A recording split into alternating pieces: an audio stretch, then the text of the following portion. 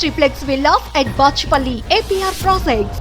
Master ఇప్పుడు real life లో మీరు ఎలా ఉంటారో అసలు ఎవరికి తెలియదు. రియల్ లైఫ్ లో ఎలా ఉంటారో డి ద్వారా అందరికీ తెలిసిపోయింది. ఎందుకంటే ఆల్రెడీ గురువు కూడా తారా మాస్టరే కాబట్టి ఆమె లేడీ లైన్ ఫెరీషియస్ లేడీ.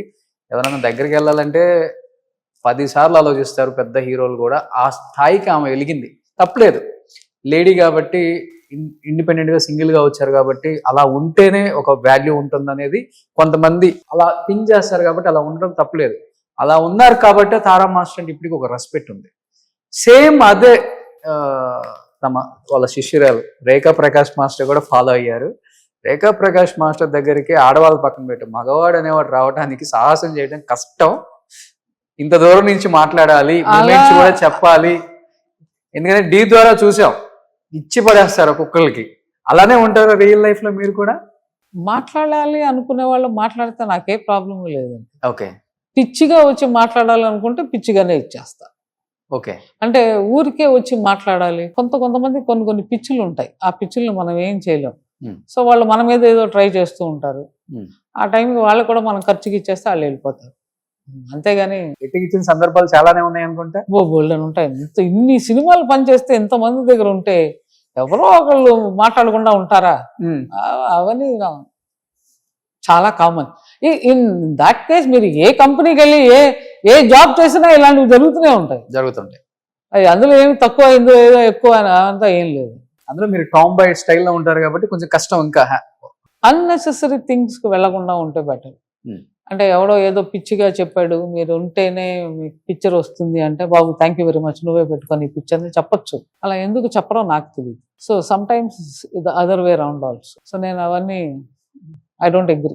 డీలో చాలా మంది వచ్చిన మాస్టర్స్ ఇప్పుడు తెలుగు ఇండస్ట్రీనే కాకుండా నార్త్ను కూడా మిమ్మల్ని ఇన్స్పైర్గా తీసుకుని వెళ్తున్న మాస్టర్స్ కూడా ఉన్నారు.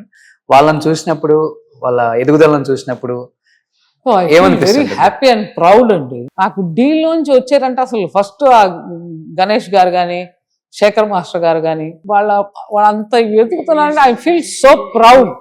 ఇష్టమైన కొడుకున్నాడు అక్కడ, జానీ.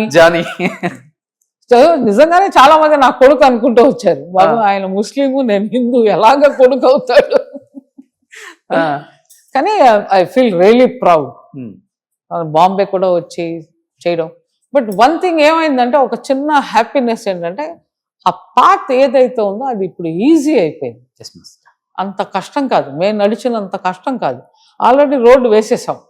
ఇంకా మీరు రావడమే మీలో ఉన్న ఒక తాకత్, అంతేగాని మిగతా లేదు. రోడ్ అంతా చాలా క్లియర్గా ఉంది ఇప్పుడు. ఎస్పెషల్లీ ఈ ఫీల్డ్కి క్లియర్ ఉంది మాస్టర్. టాలెంట్ ఎవడబ్బా సొత్తు కాదు. ఎందుకంటే డాన్స్ మూమెంట్స్ కానీ వాడి దగ్గర ఉన్న టాలెంట్ నచ్చితే ప్రతి హీరో ఇప్పుడు ఎవరి దగ్గర చేసామని అడగట్లేదు, ఛాన్స్ ఇచ్చేస్తున్నా. అదే అంటున్నా, it's everything depend on your job.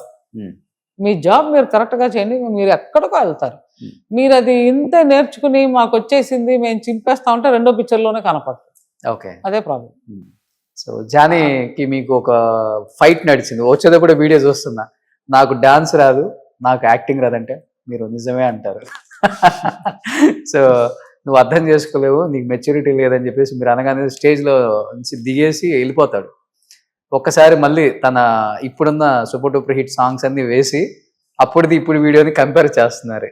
అప్పుడు జానీని చూస్తుంటే ఏమనిపిస్తుంది? అప్పుడు ఎలా ఉండేవాడు అసలు జానీ? అలానే ఉంటాడా? లేదండి, షో కోసం అలా చేయాల్సి వచ్చింది. షో అండి, నథింగ్ లైక్ దట్. తనేమి అలాంటి మనిషి కాదు. బట్ హీఈస్ వెరీ బబ్లీ, చాలా లైవ్లీ క్యారెక్టర్. అంతేగాని మరి ఇలా కూర్చుని శేఖర్ మాస్టర్ కాదు, సైలెంట్ క్యారెక్టర్ కాదు. ఓకే, వెరీ జాలీ క్యారెక్టర్. అంతే కనుక దాన్ని తప్పుగా తీసుకోవాల్సిన అవసరం లేదు. Nice guy.